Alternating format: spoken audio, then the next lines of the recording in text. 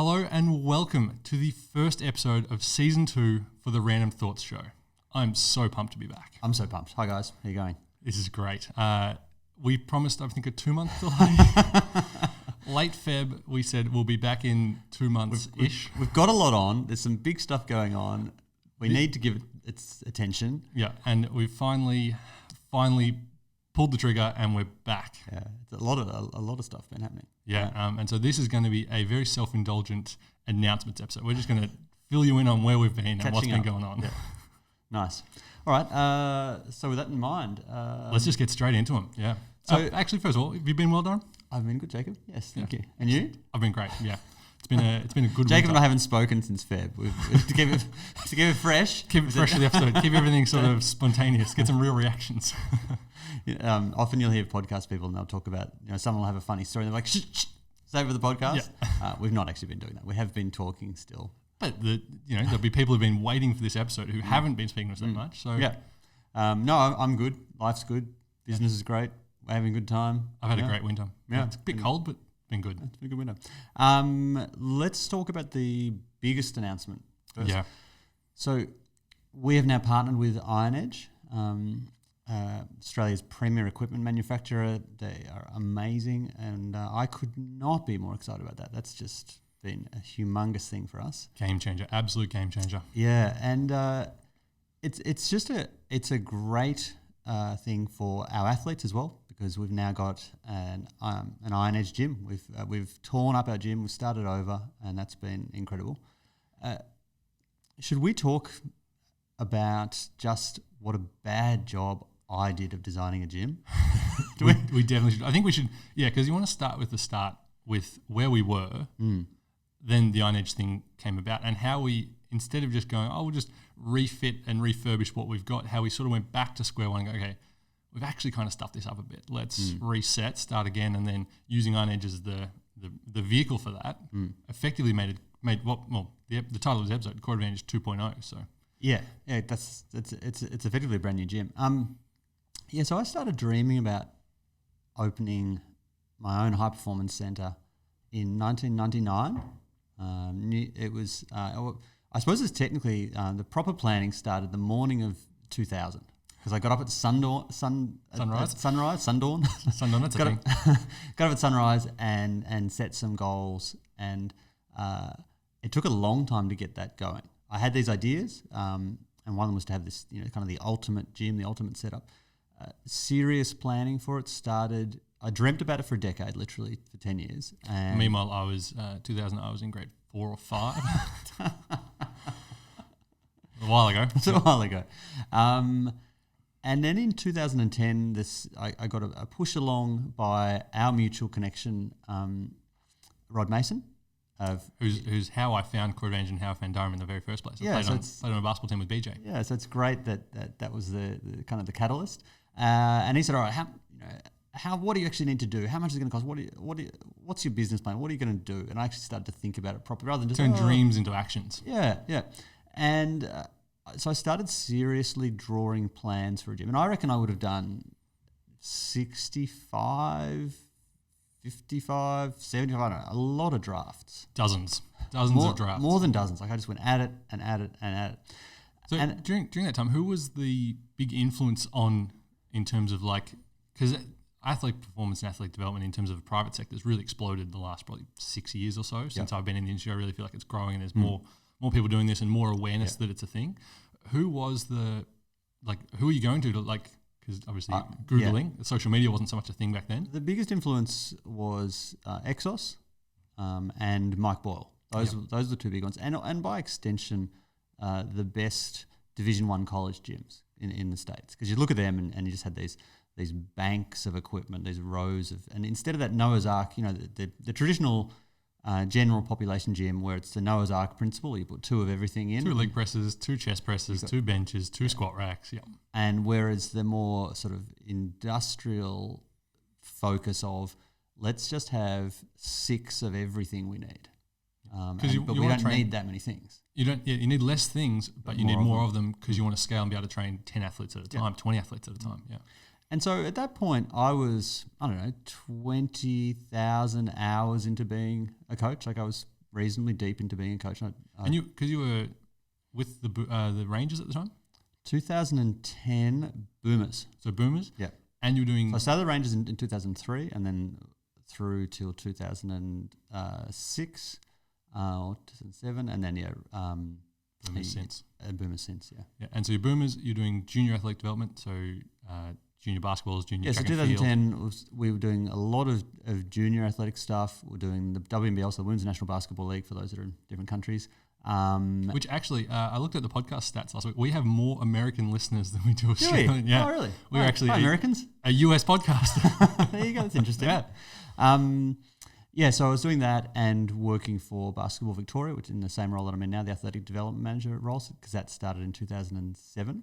So I was pretty experienced, and And a bunch of reps with general population training as well. Yeah. Just standard personal training. I'd done a lot and I'd learned a lot. Like, you get, I think in almost any industry, you get a whole lot of, you get the 80-20 of all your stupidity and mistake making when you're in that kind of Dunning-Kruger era where you don't know what you don't know. And when you're in that valley before you realize, there's a lot more to learn. Yeah, and so I'd got that out of the way in terms of my coaching. So the things I'm most embarrassed about are all pre-internet, pre-social media, like the bad ideas I had about training, because everyone has them. Pre-Instagram. As long as you make your mistakes before you make an Instagram account. I was pretty lucky. Harder to do these days. And so I thought I had pretty high levels of confidence about what I needed to design and do. And some people have those high levels of confidence that aren't earned.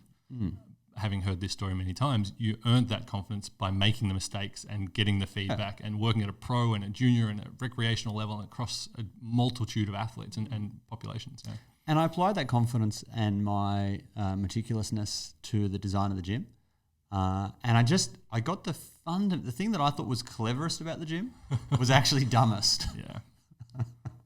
And it was this idea of having these areas, so track time, rack time, custom time. So this idea of you're going to be in your strength and power zone, and it's almost like a room within a room. And what? It seems so good. Like I would explain it to people. It's like a feature. Look, we've got a room within a room. We would call it, and so we've got a series of rooms within a room. And we'd say that and be proud of it. And it wasn't until a month after Iron Age approached us and said, hey, let's do a fit out, that we're talking. like, we've got a room within a room. The tone just changed. And actually because on the Iron Age thing, it was very mutual in the sense that we'd chatted to them a little bit and they were like, we should do something. We've got similar values and we're like, yeah, we should do something. And then it just evolved really nicely. Because we connected through James. Yeah. James, who's their new business development manager. Yeah. And James is a cracker of a bloke, and we'll have him on very soon on the podcast. He's got great stories, and a great unifying figure in Melbourne strength and conditioning. The way he brought people together with that special interest group and a whole lot of stuff. But anyway, we were like, it wasn't until it was almost like your brain wouldn't admit fully that we'd stuffed up until there was a way out. Well, that's your confirmation bias. Your lizard brain just taking over. It's like, no, it's fine. Everything's fine. Rooms. Just keep the rooms. And so, because the problem with rooms within rooms was it just. Can I jump in here? Yeah. Because we've got the squat racks. Sorry, can I jump back just for a second? Yeah. And so the upside of we had a spine down the middle of the gym, racks and cable machines back to back, and it looked beautiful. It really fed that OCD because everything just lined up perfectly. We took forever to line those cable machines up, and like the string lines, the wires are lined up six in a row. Yeah, everything was perfect, and so it was easy to keep it really neat. It looked really good, and it gave a sense of it was in formation, so it gave a sense of order, precision. Alignment. It was a lot for it in that sense, but the downside. Yeah, and so a while ago, so sorry, I'm so much interrupting. And also, it looked great in 2D. Like when you look, it's so pretty. In 2D. When you look down on it, the map just looked perfect. The drone shot was gorgeous. But when it's in 3D, when you're in it, we'd inadvertently built all these walls. Rooms within rooms. Who would have thought? Yeah. So I remember. Sorry, go ahead. So I try to do a good job because you're quite an optimist. So my favourite thing to remind myself not to be too optimistic. When you look through life with rose-coloured glasses, when you look at life through rose-coloured glasses, all the red flags just look like flags. That's my motto. And so I'm not a pessimist by any stretch, but I try to channel some professional pessimism. We need someone to balance me out. To balance out Durham's, let's do everything, which is great because it's built this gym. It's fantastic. But so I'm always, when you say let's do a thing, I'm like, what about this? And so at the time of rooms within literally rooms. red teaming it. Literally red teaming, yeah. The rooms within rooms, I was on board with that. Also made that mistake. But probably, I don't know, 12 months ago, I started talking about let's get rid of the squat racks. Who said we need squat racks? Squats are one of the most dangerous exercises in terms of moving bars and bars being off the ground and things like that. The actual exercise is one of the best things, but just the logistics. Yeah, and so I was just like, we're getting all this benefit, but the logistics are a big hassle. What if we just challenge that idea? And not necessarily that would end up in moving the squat racks, just challenge your thinking. And so I did that, and every now and again we'd have that conversation. It's like, let's move them, let's get rid of them. It was a great thing too, because I think sometimes if you take an extreme position, it's like, well, no, we're not going to get rid of the squat racks, but it starts you. It's like an ambit claim. You know, an ambit claim if you're negotiating and you're trying to buy something cheaper or more expensive. I'll buy your car for $10. You're anchoring lower. You're trying to anchor lower, and it was kind of like an intellectual ambit claim in that you were just throwing that idea out there. So then it was more palatable to make changes. Yeah, I think. Yeah, and so that's been happening on and off for 18 months, and we'd have these conversations, and we'd always rightly end up that no, squat racks are important. We need to keep them. But the thing that, and I remember you called me because I was working from home, and you called and was like, Jacob, you've accidentally implanted an idea. We need to move the squat racks. Yeah, you incepted me. And this was right around the time that we were talking with Iron Edge and sort of working out what we wanted to do together and working on the plans. And it came that it was like, yep, we need to move them. We need to put the squat racks up against the wall. We need to open the place up. And you were literally like, yep, let's do that. And so instead of just replacing one for one what we had with Iron Edge stuff and sort of... Which still would have been nice. It's great stuff. Would have been great. We actually went back to square one. Blank rectangle. To me, the most exciting thing in the world is sometimes just that total freedom to go, all right, knowing what we know right now, if we were doing this all over again, how would you do it? Like when you're a kid and you get to change your room when you've got a single bed and you've got 10 different options for your room layout. I used to love doing that. And so, and we came up with a way better plan with that blank rectangle. Interesting story. We came up with the plan. I then, and the plan was, let's get integrated Olympic lifting platforms that are integrated within the squat racks because that's way more efficient for space. So you have your cage, and on the back of your cage or the front of your cage, you have a platform as well. So they're in one. They're all in one, and that's the iron cage platform, and it's great too because you've got all of your weight plates off the floor, so no more toaster racks. So all the weight storage is up on the squat rack. People have to walk an extra 1.5 meters. 3 extra steps with a 10-kilo plate. That's fine. Yeah. But you free up so much floor space. Because what we've got now is a situation where the gym has more equipment than it's ever had. But I reckon it feels about 30% bigger. Yeah, because you've got more equipment, but because of the efficiency of all the equipment, you've got, 30% more equipment and 30% more space, which doesn't seem to make sense when you do the maths. No. But it's because of that iron cage platform combination, because not only do you get your racks out of the middle of the room, so you free up lines of sight, so it's easier and safer for coaching and better for athletes to flow through their workouts. We can program better around that because we've got more flexibility to combine different groupings and things like that. And then you've got, the weight, so platforms and cages in one. So I'm so in love with it right now. Smaller total platform, and then you've got that big benefit of toasters off the floor, so you've got your plates on your racks. Yeah, which is great. I don't know if I've told you this story, but funny story. We had conceptualized how we would do it, and then I rang up James to say, hey, just out of curiosity. And so Iron Edge have designed. So the thing is, I may have been 25,000 hours into my strength and conditioning coaching career, but I was still a facility design rookie. You were under 100 hours still, even though you'd done 50 designs. Each of those took an hour and a half. I had read the books. I had looked at other people. I'd talked about it a lot. But in terms of the actual, I had no reps. And I rang up James and I said, what would you do? And he described our gym to us. He said, the new gym? He literally said, well, what I'd do, if I was starting, I'd push everything to the edge. I'd do this, I'd do that. Like he absolutely and it was because of experience. It's just when you've done it enough, you know what you're doing with that stuff. And so we used the Iron Edge 3D designer. Yeah, it was really good. On their website, which is really cool. So we could literally drag and drop everything in. Use the 2D designer. 2D designer, so it gives you the vertical view. Yeah, it was really, really good.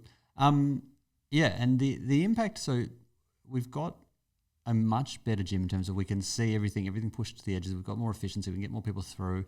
We can program more specifically and with more customization. Creativity and freedom for the coaches.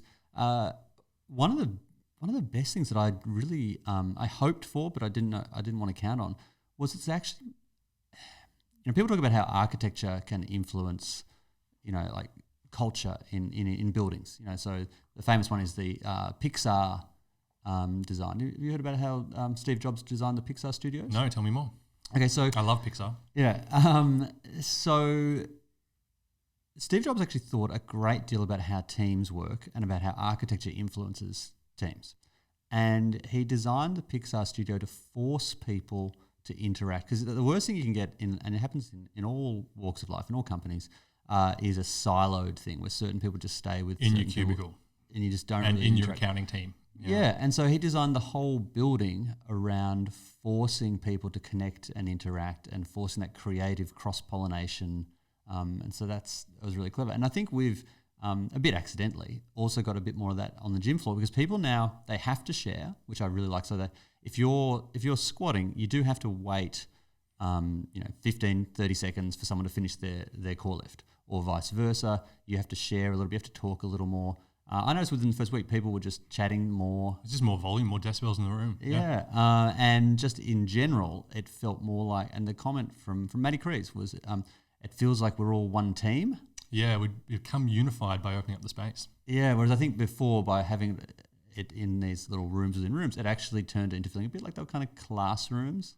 Whereas now it feels like it feels like a more adult environment. It's more like in the art studio as opposed to into your maths class. So, you got, because like my school used to have like, maths class and all the English classes and the local class and all those sort of things were all like little cells. But our art studio used to be in an old church, like an old chapel. Yeah, right. Because it was a Christian school. Yeah. And so it was just this open, big, long table right down the middle and just this open space. And you had like the clay stuff here and the 3D printing stuff there and like all of that kind of stuff. So it was just super open and like that. And so we've effectively done that to the gym. And in that class, you'd walk around and you'd grab the paints over there and the paper over there. Same sort of thing. Yeah, it's pretty cool. So we couldn't be happy with how it's turned out. I think we've been really lucky to avoid making the same, avoid having to living with the mistakes that I made. The big thing though, and it's difficult to say this without sounding like a corny, you should go see these guys, but actually talking to someone who's designed more than one gym before you start designing your gym. I think we tried to go I think I was a bit like that 18-year-old sort of, everyone's lost but me, like I know what I'm doing. I think actually talking to people that have designed hundreds of gyms and getting their input rather than just, because you're not just buying equipment, I think you're buying some expertise. Yeah. I wish we'd done that. Yeah. Oh, no. One of our phones. You can't see it. But they can't see that? Oh, good. One of the soundproofing has fallen off the wall. We didn't use enough tape. Not enough tape. Right. We'll drill them in next time. Okay. Can I add two things before we wrap up on how much we love the Iron Edge stuff? New toys. Oh, so many great toys. How good are the new toys? What's your favourite? Viking press. I think there's a lot of potential to use that Viking press in terms of getting that sort of sprint-specific body angle, powering out, all those sort of things. I like the Viking press a lot. Yeah. I like the plyo boxes a lot. Yeah. They're good plyo boxes. More surface area to land on. So much more surface area. I didn't realise how pokey our boxes were until we got those ones. Yeah, because you can just jump, you can give it everything and not be worried about, am I going to miss the target? And even in an absolute worst case scenario, if you did, it's a soft edge as well. Yeah. The athletes have been loving them. It's been great. Yeah. And I forgot my other things, so let's just move on. I had two things that I forgot. I think for me, it's the plyo boxes and it's the platform. So because the platform's kind of the big rock that's the integrated platform's kind of changed our whole gym. The Viking press is very cool too, though. I was like, it's fun. It's cool. It's a novelty because that gives you more freedom to program stuff, and it's just been brilliant. Yeah, it's been awesome. So with that, another little follow on from that is. The podcast is now going to be proudly brought to you by Iron Edge. We have a sponsor. We have ourselves a sponsor, which is really cool for season 2. And that sponsorship is really exciting because it's actually freed us up to do 2 episodes a week. Yeah, that's a big change. So we were rookies. So I think we started well with our one a week, every Friday episode structure. Went from YouTube to podcasting. The episodes started getting longer and we started going deeper on things.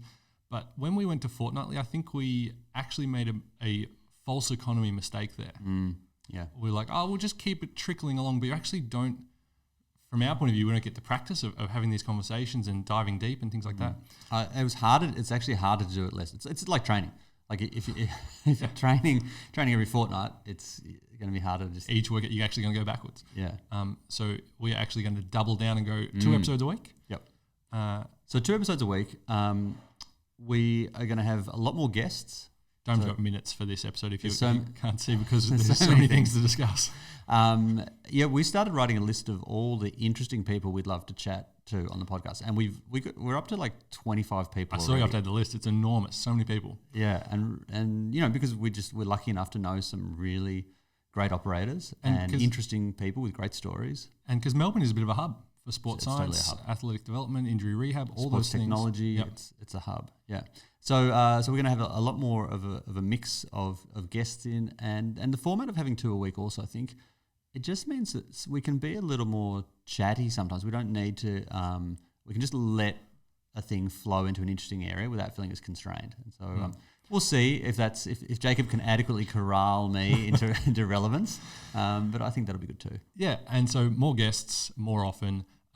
That's why we've got this new setup that you're watching on YouTube TV. I hope you like it. We're pretty happy with it. It's pretty cool. So we've got hopefully better audio as well. We've got comfier seats. We were talking about before we went on air that this, like, literally the environment you're in allows us to have more conversations about the things we want to talk about, and we can take them in directions as we see fit. And hopefully by going more often, we can also have some interaction with the audience. So I'm really looking forward to that. People asking us what they want. We talk about a thing. Hit us up on Instagram and be like, hey, what's going on there? Part 2. Yeah. Coming right up. And we can do that and hit that with pretty good frequency. So we're pretty excited about that. I'm super excited about that. It's going to be great. Tick those guys off. Yeah. And the last thing is, so what we will be having is a thing that we're calling the Iron Edge Pro Tip. And that's going to be a short little relevant and interesting way to use a piece of equipment that we think is really good to know. It's not something that Iron Edge are going to tell us you have to do this. It's going to be stuff that we believe in and like. Because I think, the minute you have any sort of sponsorship, partnership arrangement, people can question you. Do you guys really believe that?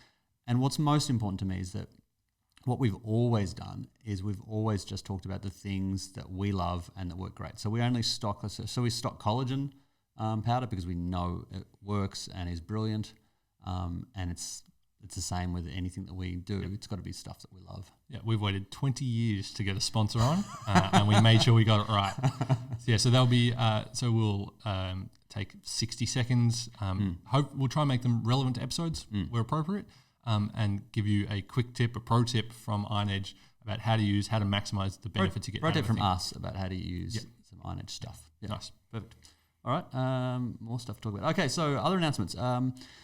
So one thing we've been playing with, if you haven't picked this up already, we're kind of a measure twice, cut once sort of a company. Yep. One thing we've been playing with a while is online stuff, online coaching. We didn't pull the trigger on that earlier because there were no platforms that I was really happy with. And it wasn't until this year that we really got around the idea that TeamBuilder had a platform that was going to work brilliantly and do exactly what we needed. So we started earlier this year doing remote programs. So we've got some athletes that are interstate, and they have flown in and been assessed, and then we're doing programming for them via TeamBuilder, so they get their workouts every day. Every workout they've got is all allocated to them. It just comes through to their phone. We get to see exactly what they're doing. We get to monitor it really easily. It's great too because it's got a communication tool in there too. So they can do a workout or they can write a note on an exercise. So good. This really hurts, or this felt odd. Can you? Or this was great. How's my form? And they can upload a video. Yeah. And then we can coach them via the interwebs. Yeah. So that's a new thing. And it's been great. It's particularly good for regional athletes, people that really want to get our expertise but just can't get into Melbourne, Oakley South every week. So we've got now 3 tiers of membership. So we've got the elite membership, which is the unlimited, where you can come as many times as you want per week. It includes your testing, your screening, full service, and your training and programming. And that's $75. And then we've got our once a week, our basic membership, which is $50. And now we've got what we call the remote membership, which is the online one, and that is $25. And we're really excited to be having that. I think it opens us up to a broader geographical audience, and also it frees us up. We're constrained. We can only fit so many people in our gym. So we do have to knock back general population people. We no longer have to do that. Our gym is athletes only. So because it's just a space thing. We can't fit it. You can't be everything to everyone. We can't fit everyone in. But we're not space constrained with the online thing, so we can now take on people that weekend warriors that might otherwise not quite fit the bill can train with us still. Yeah, and so perfect world, you would come in and do your assessment in person in the gym, but we can also do those online via video calls as well. So we can, if you can't get to Melbourne at all, even for one session, we can still do that online program, that initial screening type situation, have those conversations via online video calls. Yeah, so that's great. So we've got that. We've also started playing... And that's on our website. I'll link that in the show notes. So there's a page on our website for the online stuff. We started playing... We got approached by a school. So we're now running the athletic development program for the Emerging and Elite Athletes program at Eltham College. And that's been great. So we needed... The nice thing is, if they'd approached us last year, I wouldn't have been comfortable with the ability to deliver a good solution. But the use of Team Builder has just worked out perfectly in that setting. So, we've started doing more schools work, and that's been good fun and great results. And so that's something we're a little more. We don't have massive availability. We only take on so many because we've only got so many staff. But that's a thing that we're now open to as well. High performance in schools, yeah. Because it's a really efficient model too, because they can just kind of, bring us in. We bring our athletic development expertise to the table. Performance testing and Help screening. them structure everything, upskill the PE staff in the latest in junior athletic development stuff and performance test and analysis and programming. So it's been great. Yeah. Good fun. We're getting through the list, guys. Sorry. And awesome work by Meg as well. Meg has kicked butt with that. Yeah, she's been taking the lead on that schools program and done a fantastic job. Delivering some great results. It's just been great. And one of the last announcements is the Strength Culture Congress. So I'm super excited to be actually presenting at that. So this is Melbourne Strength Culture are putting on an event, the 2019 Culture Congress. Melbourne Strength Culture, for those who don't know, are a gym local to us, just around the corner. They specialise in powerlifting type work, so they do a lot of strength athletes. I feel like I can say they're the smartest guys in powerlifting, pretty confident. Or they're the smartest guys we hang out. They're very switched on. That we hang around, just that little. I don't know. Like maybe I don't want to offend people, but they're great. They do some really brilliant work. They lift heavy weights, but they do it in a smart way. They're pretty switched on guys, and they're going to do a congress where all their coaches present. And was it Mr. X? Mystery guest X. Mystery guest industry leader X, which is that's me. We knew all along was going to be Durham, which is really cool. Yeah, so the event is on Saturday, November the 23rd. It's nearly sold out. We have a coupon code for Core Advantage listeners where it's the promo code is CORE10. So CORE and then the numeral 1, numeral 0. In capital letters as well. Make sure you write that in capitals. And so we're going to have Jamie Smith. He's going to talk about 3 years of fitness business blunders. Charlie Athanasiou. Which I feel, Darren, based on the start of this episode, you will relate to quite well. Or we will. I don't know who's kidding. We will relate to quite well. And then Charlie Athanasiou, the death of percentage-based training. I also can't wait to listen to that because I think that's fascinating. Where we're moving towards more agility and less Eastern European style periodization, I think is a really interesting shift for the whole industry. And it's a particularly interesting shift for lifting, which is very attached to those. In terms of lifting sports, strength sports. Yeah. And then Dan Godiassi, physio, talking about tendon rehab for the strength athlete. That'll be great. Jamie Boutsios, performance through rehab. Didier Vassou, building a culture. And then I'm going to talk about the compounding power of excellence. I think it's going to be a cracking day, so I'm really looking forward to it. So. Yeah, and so those 5 before done are actually all the strength culture staff. Yeah. So again, it's a great way you put it on your event and all your staff get a chance to practice their presenting. Yeah, it's awesome. So I think it's going to be really good. So that's the announcements. So many. And we'll link to their page for that as well in the show notes. But they're literally, we're down to like 10 tickets left. Yeah, and so by the time you get this, when do you think this will go up? This will go up Thursday. So episodes are actually with the 2 a week. They'll go up Thursday 7 a.m. and Sunday 7 a.m. Sunday 7 a.m. Yeah. We want to do it in a way that there's time between the episodes for people to interact so that we can then hit those topics again when they go up. Full disclosure, I'm not up at 6 a.m. hitting upload and writing copy and doing all those things. There'll be some scheduling involved. Yeah. But that way you keep them spread out nice. And they're there for people who do podcasts on the weekend if they get a weekend workout or run in. Or Monday morning or whatever. Monday morning for your drive, Okay, great. All right, that is the announcements. Let's bunch of stuff. Thanks for being with us. Let's now chat. We should talk about Sydney. Yeah, how good was Sydney? Sydney was great. So it was your idea.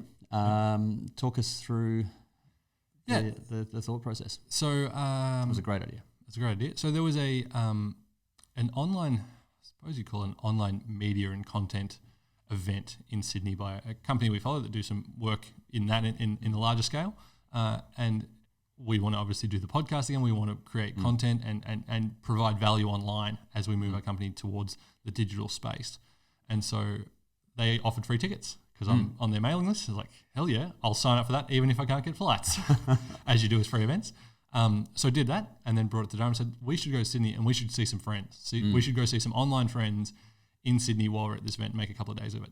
And so we did that. So on, was it Monday the 2nd or 3rd of August, whatever that day was, we flew up nice and early. We went out and visited Pat Dillon, former intern of ours, a guest of the podcast. He's been on before. He'll be on again, I'm sure, out at GWS, and he gave us an amazing tour. The tour was great, and getting to see the inner workings of a professional sports club is always really interesting. But getting to see the role that he has found for himself was so satisfying because he's got this. I mean, it's a big responsibility. Huge. So what would you call? I didn't actually get his title from him, but what would you call that job? He's in performance management and high performance in that sort of space. So his office is attached to the gym. They're amazing gym they've got there at GWS. But his main role is on game day. He controls the subs. Yeah. So he's in control of rotations and who comes off when. And what he has to, and as he walked us through it, like when he said he was in that, and I was like, oh, that sounds a big job. And then he started walking through. I thought, a few stopwatches, bit of GPS monitoring. Some sort of a software. Yeah. But when you actually get walked through it, like he has to know every player's physiological limits and where they can push. Some players are going to go better if you give them a little spell for 2 minutes. It's like herding cats. Like so he's got 22 cats, all with individual wants, needs, and preferences. Some of whom don't even know about those wants and needs. He just knows they have a tendency, so he knows how to manage them. So they've got their wants and needs, but then they've also got their testing data and their GPS data from the month or so up to it that the other people of the GWS team have gone, this guy isn't at full capacity, aerobic system is a little down, he's more an explosive type player. So they've got their, I don't want to start on the bench because it's superstitious and I don't like it. Other players who don't want to end on the bench because they feel superstitious. So much to manage. But then he's got, well, you're actually an explosive player. You need 2 subs a quarter because, that's how you play. You're an impact kind of guy. You can only really go for 10 minutes at a time before you run out of gas. Yeah, it was so interesting. And so balancing all that out. And so sorry, there's more. I wasn't done with the balancing. He also has the head coach down here going, why is such and such on the bench? We need him on. And Pat then has to go, oh no, he's off because if I take that player off now, then he won't get his sub, and then we've got this kid who can only play this much percentage. There's so much to think about. And then someone goes and gets hurt. And it throws everything. And you're down to 3 rotations. It's fascinating stuff. It was fascinating. And and I think that the interesting thing is the Venn diagram of people who are meticulous enough to be across all that stuff, to be really on top of every single player and exactly where they're at in space and time, and the ability to stay cool and calm when stuff gets chaotic. When things go not according to plan. Which is going to happen in 70% of sports games. It's a random thing. Mike Tyson's quote, everyone's got a plan until they get punched in the face. Yeah, and he's just doing a cracking job and we couldn't be more excited. So that was amazing. That was really, really good. And then we did the seminars, the conference, which was really good. Yep. Which was part of the impetus for starting up again this week. We would have started last week had it not been that we were there on Tuesday. And then we got to go and visit our online friends who we hadn't met in person at Athletes Authority, and that was just great to visit them. Got to watch the shift. You actually trained. I got to train, so I asked very politely, can I, if this class isn't too busy, can I jump in? Yeah. Because it's always good, even as a coach, to get some coaching and get a little taste of what it's like to be an athlete. And it's hard to do it here because sometimes I'll lift on a Tuesday when I don't coach. But the athlete's like, oh, Jacob, I haven't seen you in a while. How you going? So you don't get that full athlete experience. Well, you're not going to get that because no one's going to coach you either. Exactly. I think the hey Jacob is less relevant to the fact that no one's going to come up to you and say, hey Jacob, make sure you blah blah blah next time. Yeah. Whereas up there, you're learning new stuff. I was a rookie. They didn't really know me, so they just I got coached like an athlete, and it was really fun. Can I tell you? I was also having a an atypical experience, which was that I was standing around in someone else's gym, not doing much. And that was really, so one of the challenging things for us is when interns first start, they don't have a lot to do at the very start. Yeah, they're just meeting people and learning names. Learning names and helping. And I was like, wow, it's actually quite hard to, because I'm so used to being in the environment that I'm super comfortable in because, it's our gym. So that was really interesting as well. Yeah.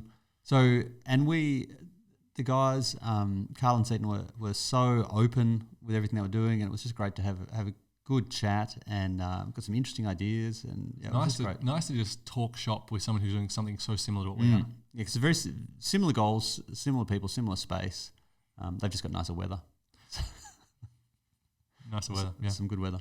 So it was a great trip, and I think it was really sort of invigorating for us in terms of coming back and pushing even harder on the things we're getting up to. Yeah. So I think that's about it for today, isn't it? So a bit of an update. We're back on twice a week. Yep. Thanks for listening/watching. Yep. And follow us on Instagram if you want to engage with the show as well. So if you have any stuff you want to add, we'll be posting regularly little snippets from the show as we go along. So comment in on those. We're available on all podcasting platforms. So we're on Apple Podcasts, we're on Spotify, we're on Stitcher, Podcast Addict, Google Podcasts, RSS feeds on the web. Wherever you can find a podcast or a video, Google search Core Advantage Random Thoughts and we'll pop right up. Sounds good. And we'll see you very soon.